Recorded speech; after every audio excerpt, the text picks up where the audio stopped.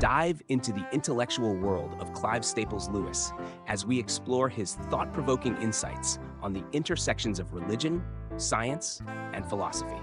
In this lecture, presented with the backdrop of ever-evolving human knowledge, Lewis tackles the complex relationship between religious dogma and the cosmos, questioning the unchanged nature of religious doctrines in the face of expanding human power. Join us as Lewis challenges the use of the Earth's size and the vast universe as proof of God's existence, suggesting that the immense scale of the universe might instead bolster arguments for divine creation. He delves into the historical belief in the eternity of the universe held by past scientific systems and contrasts this with modern science's revelation that the universe has a definitive beginning and end, challenging traditional religious views on eternity. Discover Lewis's perspective on how modern scientific advancements have coincided with the decline of Christianity, arguing that science has dismantled key foundations upon which Christian doctrine once rested. He also reflects on the role of human knowledge in shaping political systems, suggesting that complete knowledge could render politics obsolete. Prepare to be engaged in a deep examination of the tensions and dialogues between faith and reason, as Lewis invites us to reconsider the role of Christianity in an age dominated by scientific discovery and skepticism. 14. Dogma and the Universe. This essay was originally published in two parts, Dogma and the Universe and Dogma and Science, in The Guardian, 19th and 26th of March 1943. It was reprinted in Undeceptions 1971 and is now in God in the Dock 1998. It is a common reproach against Christianity that its dogmas are unchanging, while human knowledge is in continual growth. Hence, to unbelievers, we seem to be always engaged in the hopeless task of trying to force the new knowledge into moulds which it has outgrown. I think this feeling alienates the outsider much more than any particular discrepancies between this or that doctrine and this or that scientific theory. We may, as we say, get over dozens of isolated difficulties, but that does not alter his sense that the endeavour as a whole is doomed to failure and perverse. Indeed, the more ingenious, the more perverse. For it seems to him clear that, if our ancestors had known what we know about the universe, Christianity would never have existed at all. And, however we patch and mend, no system of thought which claims to be immutable can, in the long run, adjust itself to our growing knowledge. That is the position I am going to try to answer. But before I go on to what I regard as the fundamental answer, I would like to clear up certain points about the actual relations between Christian doctrine and the scientific knowledge we already have. That is a different matter from the continual growth of knowledge we imagine, whether rightly or wrongly, in the future, and which, as some think, is bound to defeat us in the end. In one respect, as many Christians have noticed, contemporary science has recently come into line with Christian doctrine and parted company with the classical forms of materialism. If anything emerges clearly from modern physics, it is that nature is not everlasting. The universe had a beginning and will have an end. But the great materialistic systems of the past all believed in the eternity and thence in the self-existence of matter. As Professor Whittaker said in the Riddell Lectures of 1942, it was never possible to oppose seriously the dogma of creation except by maintaining that the world has existed from all eternity in more or less its present state. This fundamental ground for materialism has now been withdrawn. We should not lean too heavily on this, for scientific theories change. But at the moment it appears that the burden of proof rests not on us, but on those who deny that nature has some cause beyond herself. In popular thought, however, the origin of the universe has counted, I think, for less than its character, its immense size, and its apparent indifference, if not hostility, to human life. And very often this impresses people all the more because it is supposed to be a modern discovery, an excellent example of those things which our ancestors did not know, and which, if they had known them, would have prevented the very beginnings of Christianity. Here there is a simple historical falsehood. Ptolemy knew just as well as Eddington that the earth was infinitesimal in comparison with the whole content of space. There is no question here of knowledge having grown until the frame of archaic thought is no longer able to contain it. The real question is why the spatial insignificance of the earth, after being known for centuries, should suddenly, in the last century, have become an argument against Christianity. I do not know why this has happened, but I am sure it does not mark an increased clarity of thought, for the argument from size is, in my opinion, very feeble.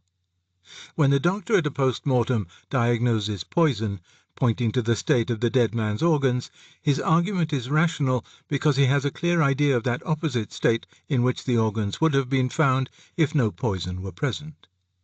In the same way, if we use the vastness of space and the smallness of earth to disprove the existence of God, we ought to have a clear idea of the sort of universe we should expect if God did exist. But have we?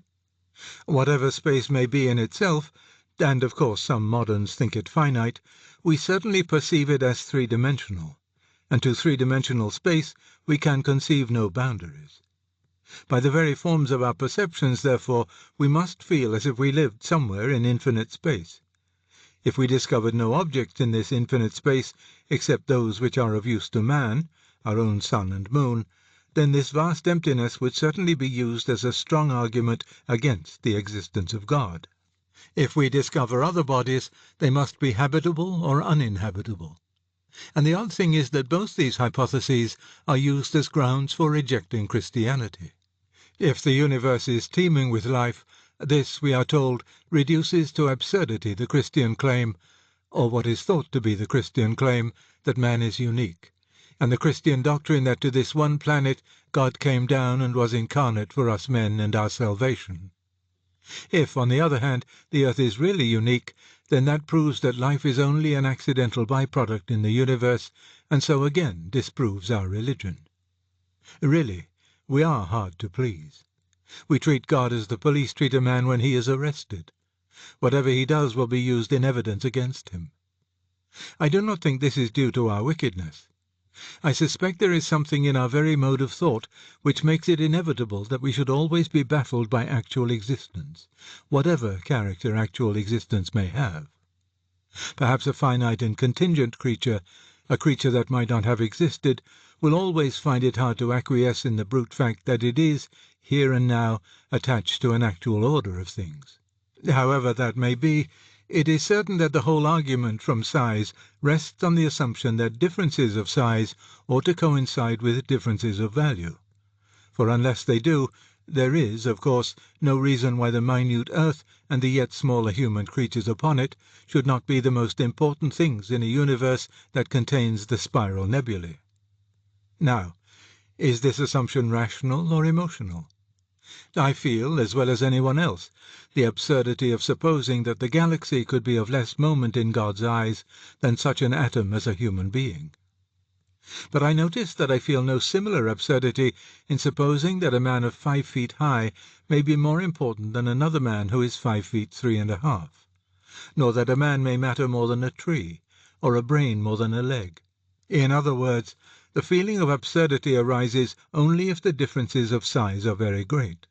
But where a relation is perceived by reason, it holds good universally. If size and value had any real connection, small differences in size would accompany small differences in value, as surely as large differences in size accompany large differences in value. But no sane man could suppose that this is so. I don't think the taller man slightly more valuable than the shorter one.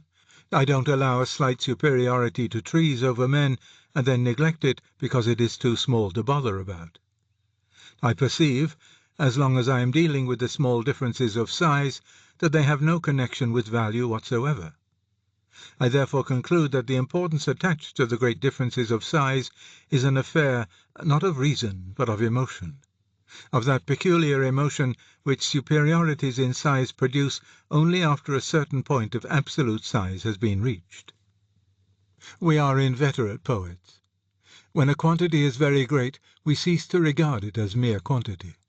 Our imaginations awake. Instead of mere quantity, we now have a quality, the sublime. Unless this were so, the merely arithmetical greatness of the galaxy would be no more impressive than the figures in a telephone directory. It is thus, in a sense, from ourselves that the material universe derives its power to overawe us. To a mind which did not share our emotions and lacked our imaginative energies, the argument from size would be sheerly meaningless. Men look on the starry heavens with reverence. Monkeys do not. The silence of the eternal spaces terrified Pascal, but it was the greatness of Pascal that enabled them to do so. When we are frightened by the greatness of the universe, we are, almost literally, frightened by our own shadows. For these light years and billions of centuries are mere arithmetic, until the shadow of man, the poet, the maker of myth, falls upon them. I do not say we are wrong to tremble at his shadow. It is a shadow of an image of God. But if ever the vastness of matter threatens to overcross our spirits, one must remember that it is matter spiritualized which does so. To puny man, the great nebula in Andromeda owes in a sense its greatness. And this drives me to say yet again that we are hard to please. If the world in which we found ourselves were not vast and strange enough to give us Pascal's terror, what poor creatures we should be. Being what we are, rational but also animate, amphibians who start from the world of sense and proceed through myth and metaphor to the world of spirit, I do not see how we could have come to know the greatness of God without that hint furnished by the greatness of the material universe. Once again, what sort of universe do we demand? If it were small enough to be cozy, it would not be big enough to be sublime.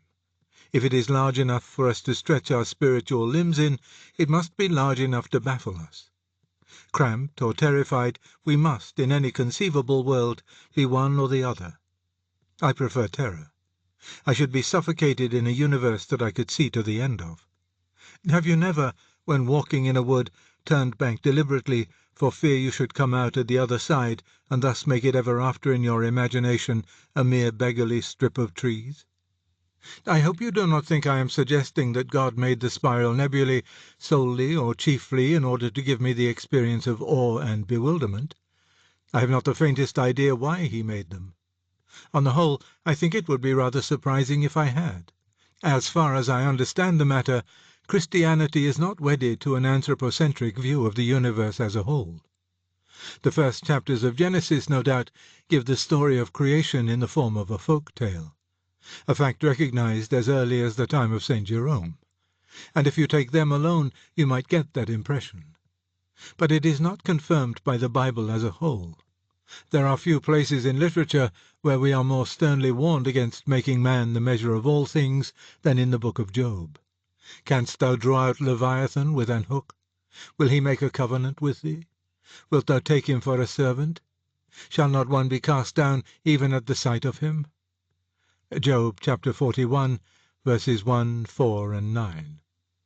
In St. Paul, the powers of the sky seem usually to be hostile to man. It is, of course, the essence of Christianity that God loves man, and for his sake became man and died. But that does not prove that man is the sole end of nature. In the parable, Matthew chapter 18, verse 12, Luke chapter 15, verse 4, it was the one lost sheep that the shepherd went in search of. It was not the only sheep in the flock, and we are not told that it was the most valuable, save in so far as the most desperately in need has, while the need lasts, a peculiar value in the eyes of love. The doctrine of the Incarnation would conflict with what we know of this vast universe only if we knew also that there were other rational species in it, who had, like us, fallen and who needed redemption in the same mode, and that they had not been vouchsafed it. But we know none of these things. It may be full of life that needs no redemption. It may be full of life that has been redeemed.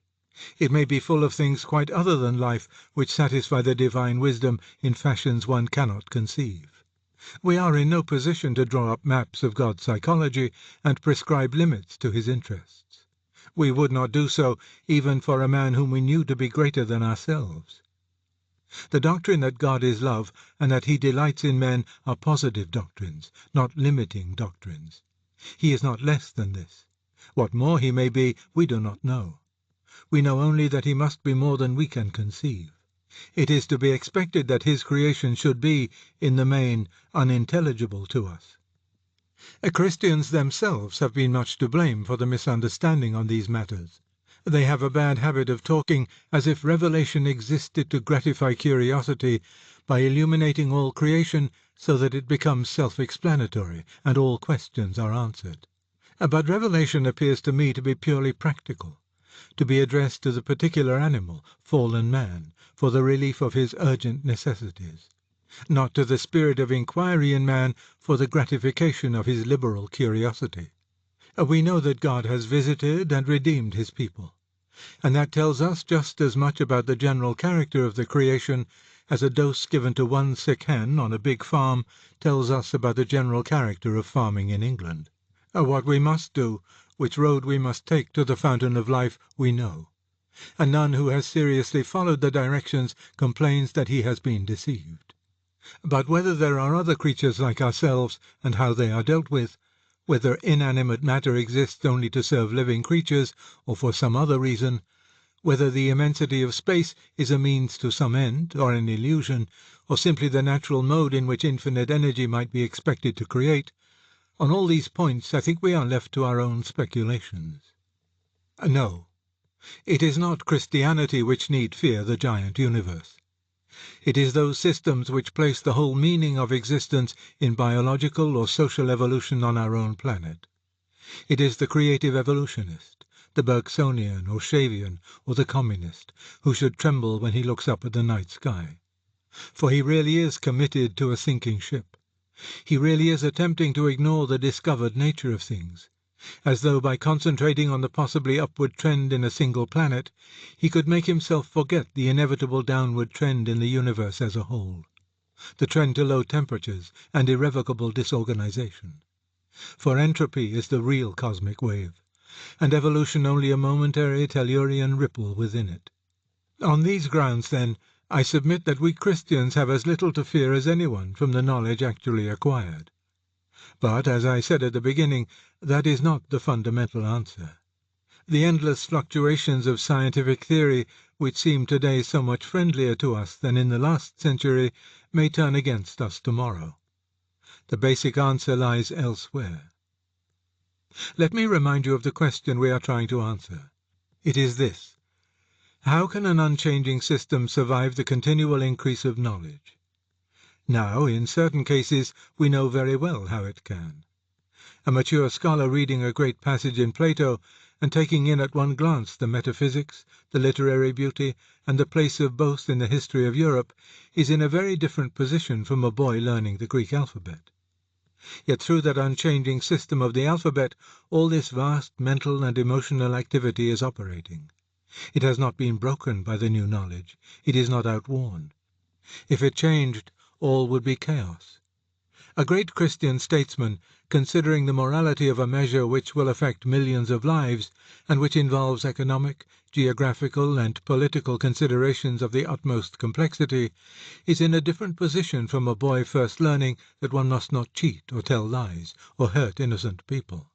But only insofar as that first knowledge of the great moral platitude survives unimpaired in the statesman will his deliberation be moral at all. If that goes, then there has been no progress, but only mere change.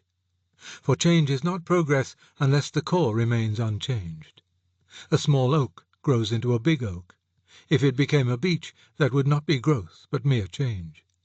And thirdly, there is a great difference between counting apples and arriving at the mathematical formulae of modern physics. But the multiplication table is used in both and does not grow out of date. In other words, wherever there is real progress in knowledge, there is some knowledge that is not superseded. Indeed, the very possibility of progress demands that there should be an unchanging element. New bottles for new wine, by all means, but not new palates, throats and stomachs, or it would not be, for us, wine at all.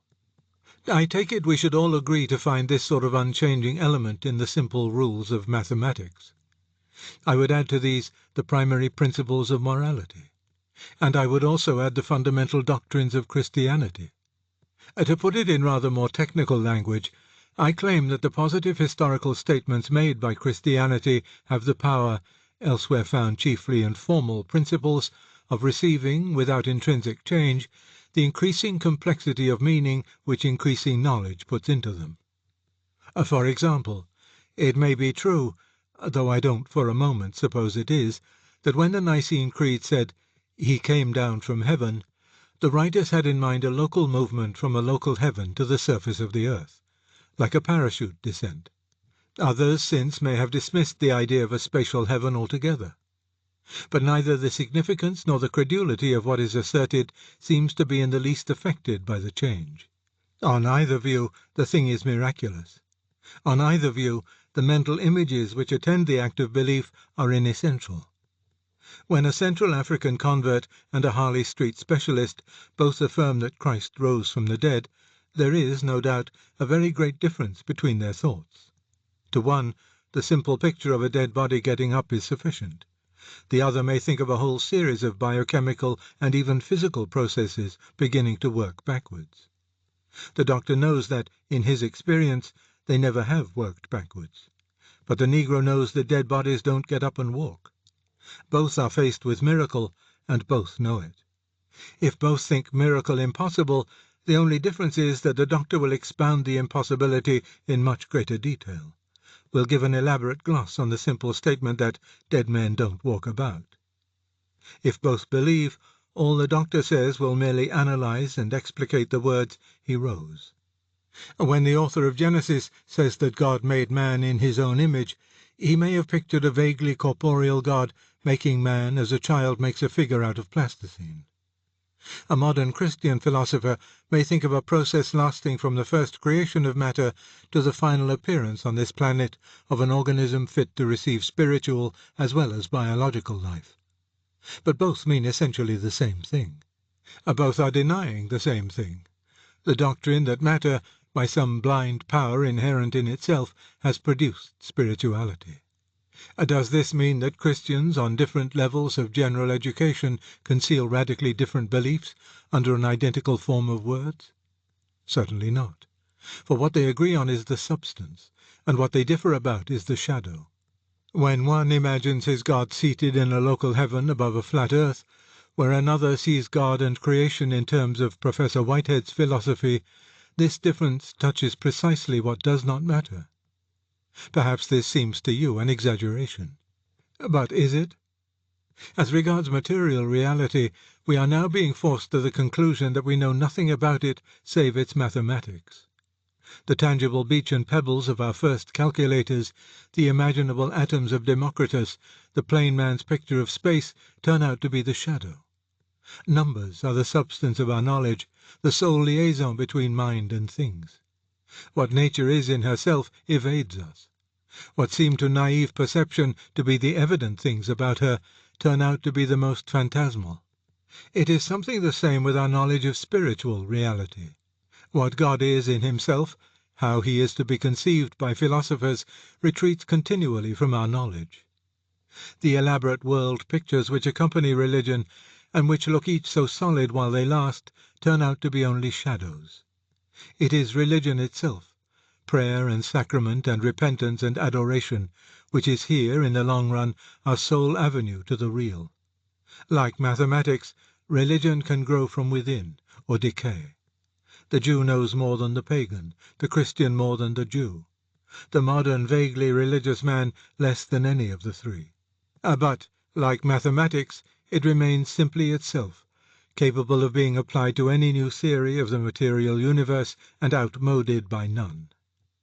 When any man comes into the presence of God, he will find, whether he wishes it or not, that all those things which seem to make him so different from the men of other times, or even from his earlier self, have fallen off him.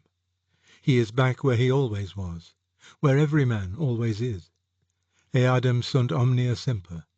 Everything is always the same. Do not let us deceive ourselves. No possible complexity which we can give to our picture of the universe can hide us from God. There is no copse, no forest, no jungle thick enough to provide cover. We read in Revelation, chapter 20, verse 11, of him that sat on the throne, from whose face the earth and the heaven fled away. It may happen to any of us at any moment, in the twinkling of an eye, in a time too small to be measured, and in any place, All that seems to divide us from God can flee away, vanish, leaving us naked before him, like the first man, like the only man, as if nothing but he and I existed. And since that contact cannot be avoided for long, and since it means either bliss or horror, the business of life is to learn to like it. That is the first and great commandment.